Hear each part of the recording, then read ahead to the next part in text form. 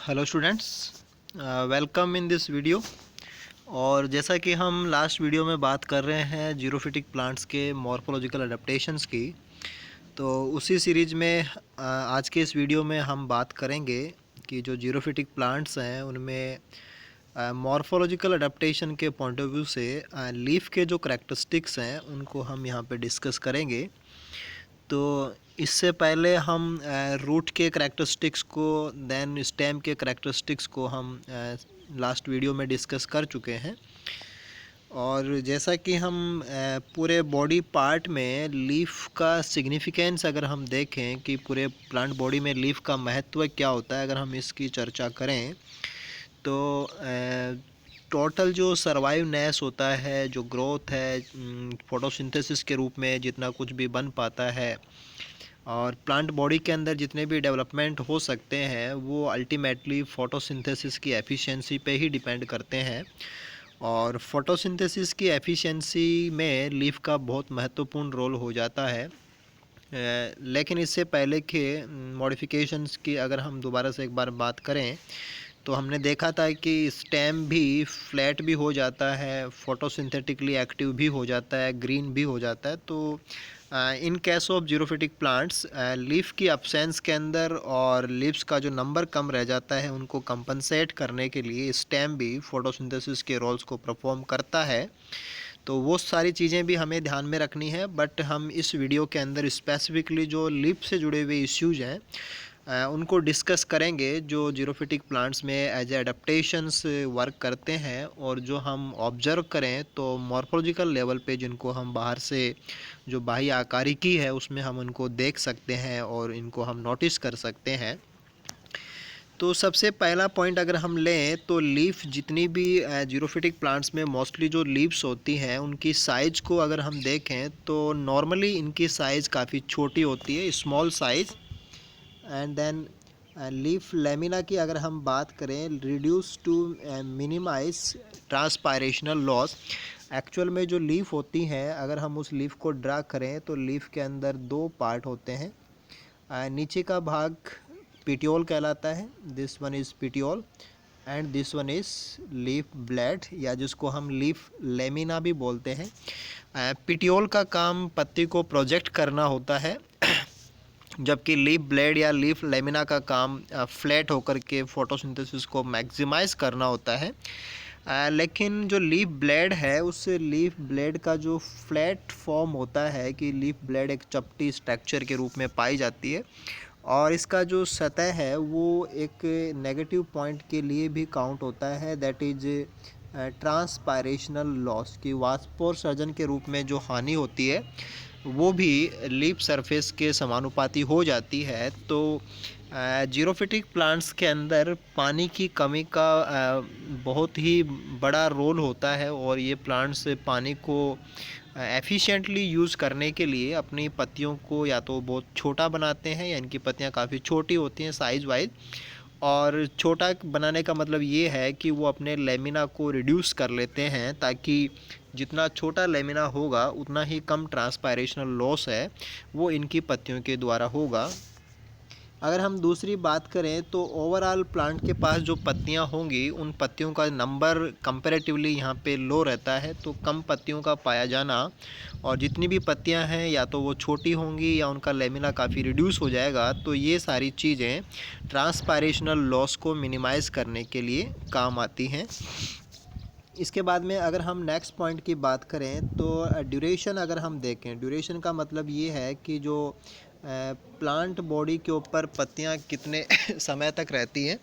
तो total duration इनका काफ़ी कम देखने को मिल सकता है। मोस्टली जो जीरोफिटिक प्लांट्स हैं उनमें पत्तियों का नेचर कैडुकस प्रकार का होता है। कैडुकस बोलने का मतलब ये होता है कि पत्तियां जल्दी ही झड़ जाती हैं, यानी कि प्लांट बॉडी के ऊपर कुछ समय तक पत्तियां लगी रहती हैं उसके बाद में जल्दी ही झड़ जाती है। और मोस्टली जो पत्तियां लगी रहने का टाइम होता है दैट इज़ रेनी मंथ, जब वाटर की अवेलेबिलिटी काफ़ी ज़्यादा होती है उस समय तक पत्तियां हैं वो इन पौधों पे पाई जाती हैं। देन आफ्टर ये पत्तियां गिरा देते हैं, जैसे कि हम मोस्टली जो श्रब्स हैं उनमें देख सकते हैं, जैसे कि लेप्टाडीनिया है और दूसरे पौधे जैसे कैपेरिस है, उनमें हम ऐसी चीज़ों को नोटिस कर सकते हैं।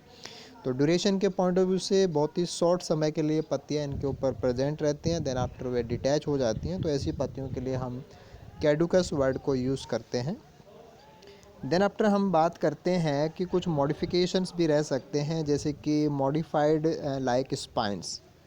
तो स्पाइन का मतलब कांटा होता है। जैसे कि हम बात करें कि कैक्टस है, देन यूफोरबिया है, इनमें हमें पत्तियां स्पाइंस के अंदर मॉडिफाइड कंडीशन में मिल जाती हैं। लास्ट वीडियो में आपने फिलोक्लेड की बातें समझी थी, जहाँ पे हमने ओपनसिया का एग्जांपल लेकर के उसको समझाया था। तो वहाँ पर भी पत्तियां हैं वो स्पाइंस के रूप में मॉडिफाई हो जाती हैं। तो जीरोफिटिक प्लांट्स में पत्तियों का स्पाइंस के रूप में मॉडिफाई हो जाना एक स्पेसिफिक करैक्टर के रूप में या जीरोफिटिक करैक्टर के रूप में काउंट होता है। ऐसे ही पत्तियां स्केल्स के रूप में भी मॉडिफाई हो सकती हैं। जो सल्क होते हैं, जो बहुत ही छोटे आकार की पत्तियां जो मोस्टली नॉन फोटोसिंथेटिक होती हैं, जिनमें पिगमेंट सिस्टम डेवलप नहीं होता और वो मोस्टली प्रोटेक्टिव नेचर की होती हैं, ऐसी स्केल लीव्स भी जीरोफिटिक प्लांट्स में एज एडाप्टेशन पाई जाती हैं कि जो ग्रीन फोटोसिंथेटिक पत्तियां उनके स्थान पे ये रिड्यूस आकार की और नॉन फोटोसिंथेटिक पत्तियां स्केल्स के रूप में बन जाती हैं, जैसे कि हम रस्कस में देख सकते हैं, एस्पेरेगस में देख सकते हैं। तो जब आपने लास्ट वीडियो में क्लेडोड को समझा था तो वहाँ पर आपने एस्पेरेगस की बातें समझी होंगी, और वहाँ पे भी जो स्केल के रूप में पत्तियाँ थी उनको मॉडिफाइड फॉर्म में वहाँ पे भी आप समझ सकते हैं। देन आफ्टर जीरोफिटिक प्लांट्स में ही हमें फिल्लोड प्रकार का मॉडिफिकेशन भी मिलेगा। और फिल्लोड देखा जाए तो एक प्रकार का लीफ का मॉडिफिकेशन है कि कुछ पौधे जैसे कि अकेसिया है, मोस्टली जो ऑस्ट्रेलियन अकेसिया स्पीसीज होती हैं, उनमें पिटियोल फ्लैट हो जाता है और फ्लैट होकर के फोटोसिंथेसिस करता है, उसे भी हम फिल्लोड बोलते हैं। और जैसे दूसरे पौधे की बात करें तो जो पार्किंसोनिया होता है, उस पार्किंसोनिया के अंदर रैकिस फ्लैट हो जाती है और फ्लैट होकर के फोटोसिंथेसिस करती है। तो चाहे पिटियोल फ्लैट हो रहा हो, चाहे रैकिस फ्लैट हो रही हो, और अगर वो फ्लैट होकर के फोटोसिंथेसिस के लिए मॉडिफाई हो जाती है तो that structures will be called as phyllode. तो फिल्लोड के रूप में जो मॉडिफिकेशंस हैं वो भी हम इन प्लांट्स के अंदर देख सकते हैं। देन आफ्टर अगर हम बात करें तो इनका जो टेक्सचर होता है, टेक्सचर का मतलब जो बनावट होती है, टेक्सचर जो होता है वो लेदरी, यानी कि पत्तियां ऐसे लगता है जैसे काफ़ी मोटी और चमड़े जैसी हैं। ऐसी पत्तियों के लिए एक टेक्निकल वर्ड यूज होता है, दिस इज स्केलेरोफिलस। स्केलेरोफिलस में नॉर्मली हम इसको समझें तो फिल का मतलब पत्ती होता है और स्केलेरो का मतलब दृढ़ होता है, हार्ड से होता है। तो पत्तियां काफ़ी मजबूत और चमड़े जैसी हो जाती हैं, तो ऐसी पत्तियों को हम स्क्लेरोफिलस बोलते हैं। जैसे कि हम कैलोट्रोपिस की पत्तियों की बात करें, नीरियम की पत्तियों की बात करें, तो वो टेक्सचर वाइज काफ़ी लेदरी और स्क्लेरोफिलस प्रकार की पत्तियां भी जीरोफिटिक प्लांट्स में एज एडेप्टेशन का काम करती हैं। ऐसे ही कुछ प्लांट जैसे कि कैलोट्रोपिस है, बेरेनिटिस है, और भी बहुत सारे ऐसे प्लांट्स हैं जो डेजर्ट या जीरोफिटिक आवासों में पाए जाते हैं। उनकी पत्तियों के ऊपर मोम की कवरिंग पाई जाती है, यानी कि वैक्स कोटिंग पाई जाती है। ये वैक्स की कोटिंग उनको दो काम, one is it water loss को मिनिमाइज़ करती है, दूसरी साथ में जो सेकंड बात होती है कि वो सन रेज को रिफ्लेक्ट करने का काम करती है। तो एक्सेसिव हीटिंग से भी प्लांट्स को बचाती है, साथ ही साथ जो वाटर लॉसेज हैं उनको भी मिनिमाइज़ करने का काम करती है। तो एज एडाप्टेशन पत्तियों की सतह के ऊपर जो मोम का जमाव होता है, जो वैक्स की सीथिंग होती है, that is also count as an adaptation in the xerophytic plants in their leaves. ऐसे ही ऑलमोस्ट जितने भी डेजर्ट प्लांट्स हैं, जीरोफिटिक प्लांट्स हैं, उनकी पत्तियों के अंदर क्यूटिकल का जो जमाव है वो काफ़ी अच्छा होता है, यानी कि एक मोटी क्यूटिकल का परत के रूप में पाया जाना इनका एक नॉर्मल करैक्टर होता है। कि जब भी हम जैसे भी किसी भी जीरोफिटिक आवास की बात करेंगे या जीरोफिटिक हैबिटाट की बात करेंगे तो वहाँ प्लांट्स की क्यूटिकल का थिकनेस नॉर्मली थिक ही होता है। तो ऑलमोस्ट जितने भी जीरोफाइट्स हैं उनके अंदर एक थिक क्यूटिकल हमें हमेशा ही देखने को मिलेगी। तो देन आफ्टर अगर हम और करैक्टर्स को देखें तो मोस्टली जो पत्तियां होंगी उनका कलर काफ़ी ब्राइट होता है। ब्राइट कलर बोलने का मतलब ये है कि उनकी जो सतह है वो चमकीली होती है, और ऐसी चमकीली सतह को हम लस्ट्रस सरफेस बोल सकते हैं। और चमकीली का मतलब ये है कि वो सनलाइट्स को इजीली रिफ्लेक्ट कर देती हैं, और सनलाइट को रिफ्लेक्ट करने से जो एक्स्ट्रा हीटिंग है, टेम्परेचर से जो भी लॉसेज हो सकते हैं, एक्सेसिव टेम्परेचर से पत्तियों को जो डैमेज हो सकते हैं, फोटो सिस्टम को जो डैमेज हो सकते हैं, उनसे ये पौधे अपने आप को बचा लेते हैं। जैसा कि हम नीरियम की पत्तियों में जो यंग लीव्स होते हैं उनके अंदर काफ़ी ज़्यादा ये लस्ट्रस नेचर की होती हैं, जो हम आगे डायग्राम से देखेंगे। देन कुछ पौधों की पत्तियां जो डेजर्ट प्लांट्स हैं, उनकी पत्तियों के ऊपर हेयर्स की एक कवरिंग पाई जाती है, और जब पत्तियों के ऊपर हेयर की कवरिंग होती है तो उसे हम बोलते हैं ट्राइकोफिलस। ट्राइको का मतलब हेयर लाइक स्ट्रक्चर होती है, फिल का मतलब पत्ती होती है। तो जब पत्ती के ऊपर एक सघन परत के रूप में हेयर्स का लेयरिंग हो तो ऐसी पत्तियां ट्राइकोफिलस होंगी, और ये जो डेंस हेयरिंग होती है, डेंस सीथिंग जो होती है, वो इनको ट्रांसपायरेशनल लॉसेस से, वाटर लॉसेस से, और जो टेम्परेचर इम्पैक्ट्स हैं उनसे इनको बचाती है। जैसा कि हम कैलोट्रोपिस की पत्तियों में देख सकते हैं कि लोअर सरफेस के ऊपर मोस्टली एक डेंस ग्रोथ और इन हेयर्स की एक डेंस सीथ है वो पाई जाती है, जो स्पेसिफिक कैरेक्टर्स के रूप में हम वहाँ पे नोटिस कर सकते हैं। तो जब भी आपके पौधे को आप देखें तो उसकी पत्तियों की लोअर सरफेस के ऊपर हमें बहुत ही सामान्य रूप से ये ट्राइकोफिलस कंडीशन देखने को मिल जाएगी। इसी प्रकार से कुछ पौधों में जैसे कि अकेसिया, जिसमें हमारी बबूल, कीकर ये सब आती हैं, जिजीफस जिसको हम नॉर्मली जो बेर है, बोर्डीज के रूप में जानते हैं, प्रोसोपिस्म जिसमें हमारी खेजड़ी आती है। तो इन सभी जीरोफिटिक ट्रीज़ में जो स्टिप्यूल्स होते हैं, पत्ती जो होती है, मैन जो लीफ होती है, उस लीफ से नीचे जो एक छोटा सा अपेंडेज लगा रहता है, उस छोटे से अपेंडेज का नाम होता है स्टिप्यूल। तो इसे अपन हिंदी में अनुप्रण बोलते हैं। तो कुछ प्लांट्स हैं उनमें एज ए डेजर्ट करेक्टरिस्टिक और as a desert adaptation stipules रूपांतरित हो जाते हैं कांटों के रूप में, जैसा कि हम अकेसिया, जिजीफस, प्रोसोपिस इनमें देख सकते हैं। ऐसे ही एक इंटरेस्टिंग फीचर हमें जो घास होते हैं, जो नॉर्मली डेजर्ट एरिया में मिलने वाले जो ग्रासेज हैं, यानी कि जो पोएसी के ग्रासेज होते हैं, उनकी पत्तियों में हमें एक ख़ास प्रकार का फीचर देखने को मिलता है कि जैसे ही पानी की कमी होती है तो उनकी पत्तियां पानी की कमी होने पर गोल हो जाती हैं, रोल हो जाती हैं, घूम जाती हैं, घूम करके गोल पाइप जैसी हो जाती हैं। तो उनका जो रोलिंग होता है कि जैसे ही सॉइल में पानी कम होता है तो उनकी पत्तियां रोल अप हो जाती हैं, और रोल होने के पीछे जो सेल्स होती हैं, हालांकि ये एक एनाटॉमिकल फीचर के रूप में काउंट होना चाहिए कि ये हम जो सेल्स की बात कर रहे हैं तो वो तो एनाटॉमी का फीचर हो जाता है, लेकिन हम यहाँ से भी इसको जोड़ सकते हैं कि जो मोटर सेल्स या जो बुलिफॉर्म सेल्स होती हैं, आपको ध्यान रखना है कि जो खास बड़े आकार की कोशिकाएं पाई जाती हैं, बुलिफॉर्म सेल्स या मोटर सेल्स, उनकी वजह से ऐसा होता है। लेकिन जीरोफिटिक अडेप्टेशन के रूप में ग्रास की पत्तियों का जो वाटर डेफिशिएंसी के टाइम पे रोलिंग है, वो भी एक अडेप्टेशन के रूप में काउंट होता है। लेकिन उसके पीछे जो जिम्मेदार कोशिकाएं होती हैं वो कुछ बड़े आकार की एपिडर्मल सेल्स होती हैं, जिनको हम बुलिफॉर्म या मोटर सेल्स बोलते हैं, जो हम आगे डायग्राम से क्लियर करेंगे।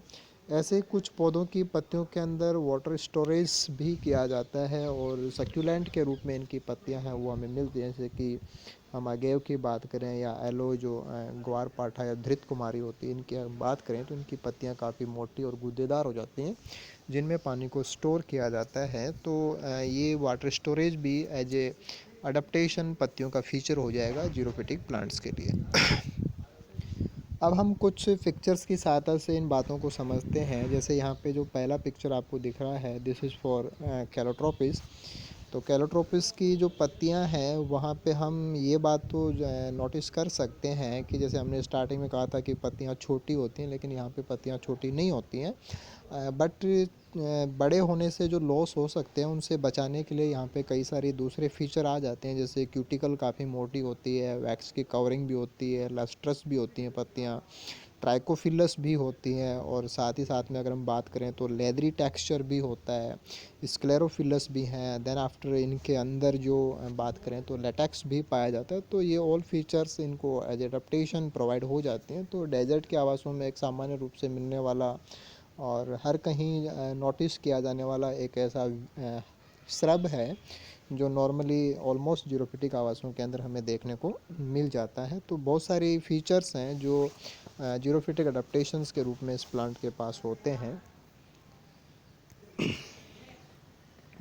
This is the Nerium leaf, और जो नीरियम लीफ का जो यंग लीव्स हैं वो पार्ट हमें इस पिक्चर में दिखाई दे रहा है। तो हम देख सकते हैं कि इसकी पत्तियां भी काफ़ी लस्ट्रस हैं, चमकीली हैं, और साथ में लेदरी टेक्सचर है इसका। स्क्लेरोफिलस भी है, और लोअर सरफेस के ऊपर हेयर्स भी पाए जाते हैं, सनकन स्टोमेटा भी पाए जाते हैं। वो सारी चीज़ें इसके लिए भी एज ए डेजर्ट अडेप्टेशन काम करती हैं। तो ये कुछ ऐसे कॉमन एग्जांपल्स हमारे पास हैं जिनके अंदर मोस्टली जो जीरोफिटिक पत्तियों के चाहे वो मॉर्फोलॉजिकल अडेप्टेशंस हों, चाहे एनाटॉमिकल अडेप्टेशंस हों, वो सारे इनके अंदर हमें देखने को मिल जाते हैं। तो we have to recognise all these features. This is the case of Acacia, this is the twig of Acacia nilotica, जो हमारी देसी बबूल होती है, जिसको हम सू बबूल के रूप में भी जानते हैं, बबूल के रूप में जानते हैं, कई जगह पे हम इसको कीकर भी बोलते हैं। तो this is the flowering twig, एक ऐसी शाखा है जिसमें फ्लावरिंग हो रही है। तो ये जो आपको फ्लावर दिख रहे हैं देज आर इनफ्लोरोसेंस, तो ये तो इसके इनफ्लोरोसेंस हैं, ये रेसिमोज प्रकार का इनफ्लोरोसेंस होता है। तो जो यंग इनफ्लोरेसेंस हैं वो यंग जो फ्लावर्स हैं वो हमें अपेक्स की तरफ दिख जाएंगे। तो वो तो एक टैक्सोनॉमी का फीचर होता है। अगर हम बात करें कि यहाँ पे ये इसकी लीव्स होती हैं, these are the pinnately compound leaves, और पिनेटली कंपाउंड लीव्स के अंदर ये जो सेंटर में होती है इसे अपन बोलते हैं रैकिस। और रैकिस के बाद में जो साइड वाली जो पार्ट आ रहा है उसमें भी हमें एक ऐसी छोटी रैकिस दिखती है, उसे हम बोलते हैं रैकाई, RACHI, रैकाई। तो रैकिस और रैकाई, पिनेटली कंपाउंड लीव्स का पाया जाना, पिनेटली लीव्स का पाया जाना, लीफ लेमिना या ब्लेड का रिड्यूस होकर के पिन्ना फॉर्म में पाया जाना, ये सब भी जीरोफिटिक कैरेक्टर्स में ही काउंट होते हैं। हमें इस पिक्चर के अंदर स्टिप्यूल्स को समझना है। जैसे यहाँ पे स्टिप्यूल्स हैं वो कांटों में रूपांतरित हो चुके हैं। तो दिस इज़ द लीफ, ये लीफ है, और लीफ के नीचे यहाँ पे ये स्टिप्यूल्स थे, लेकिन ये स्टिप्यूल्स स्पाइंस के रूप में मॉडिफाई हो गए हैं। तो आप देख सकते हैं कि यहाँ पे जो स्पाइंस हैं ज़्यादा मॉडिफिकेशन ऑफ स्टिप्यूल्स। तो स्टिप्यूल्स का स्केल्स स्पाइंस के रूप में मॉडिफाई हो जाना इन डेजर्ट प्लांट्स का एक अडेप्टेशन होता है। तो ये भी हम इन से समझ सकते हैं।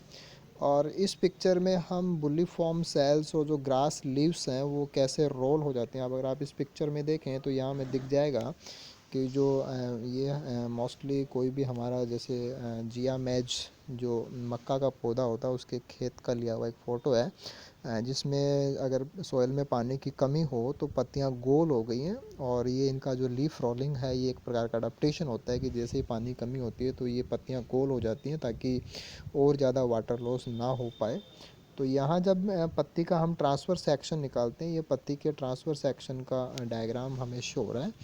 तो यहाँ जो अपर एपिडर्मिस है, ये अपर एपिडर्मिस जो ऊपर की परत है, this one is upper epidermis. इस अपर एपिडर्मिस के अंदर कुछ जगह पे ये बड़ी बड़ी सेल्स हैं, these are called as bulliform cells. तो जैसे ही पानी की डेफिशिएंसी होती है तो ये फ्लैसिड हो जाती हैं, पिचक जाती हैं, पिचकने से ये पत्ती गोल होने लग जाती है। दोनों जो ब्लेड्स हैं, दोनों जो पार्ट्स हैं ब्लेड के, ये ऊपर की तरफ रोल हो जाएंगे और पत्ती ऐसी फॉर्म में आ जाती है। तो बुल्ली फॉर्म सेल्स का पाया जाना, या कई बार हम इन्हीं सेल्स को मोटर सेल्स बोल देते हैं, इनका पाया जाना, ये जीरोफिटिक ग्रासेस या जो ग्रासेज होती हैं उनकी पत्तियों को वाटर डेफिशिएंसी के दौरान रोलिंग में हेल्प करती हैं। तो ये सारी चीज़ें रही कि पत्तियों के साथ में जुड़े हुए ऐसे अडेप्टेशन जो उनको जीरोफिटिक आवासों में रहने में सक्षम बनाते हैं। तो आई होप जो भी पॉइंट्स हमने इस वीडियो में डिस्कस किए हैं वो आपके क्लियर हुए होंगे, और आप इस वीडियो को दोबारा से रिपीट करेंगे, और रिपीट करके प्रॉपर अपने नोट्स तैयार करेंगे, और पॉइंट टू पॉइंट जो भी बातें हैं, जो भी एग्जांपल्स हैं, उनको आप प्लेस करेंगे, डायग्राम्स भी तैयार करेंगे, और आपके नियर बाय जो भी प्लांट्स हैं उन प्लांट्स को आइडेंटिफाई भी करेंगे और उनके ऐसे फीचर्स को नोटिस करेंगे, ताकि प्रैक्टिकली भी आपका जो नॉलेज है वो इसके साथ में इम्प्रूव होता रहे। तो आई होप ये सारी चीज़ें आपके लिए हेल्पफुल रही होंगी। Okay then, thank you so much.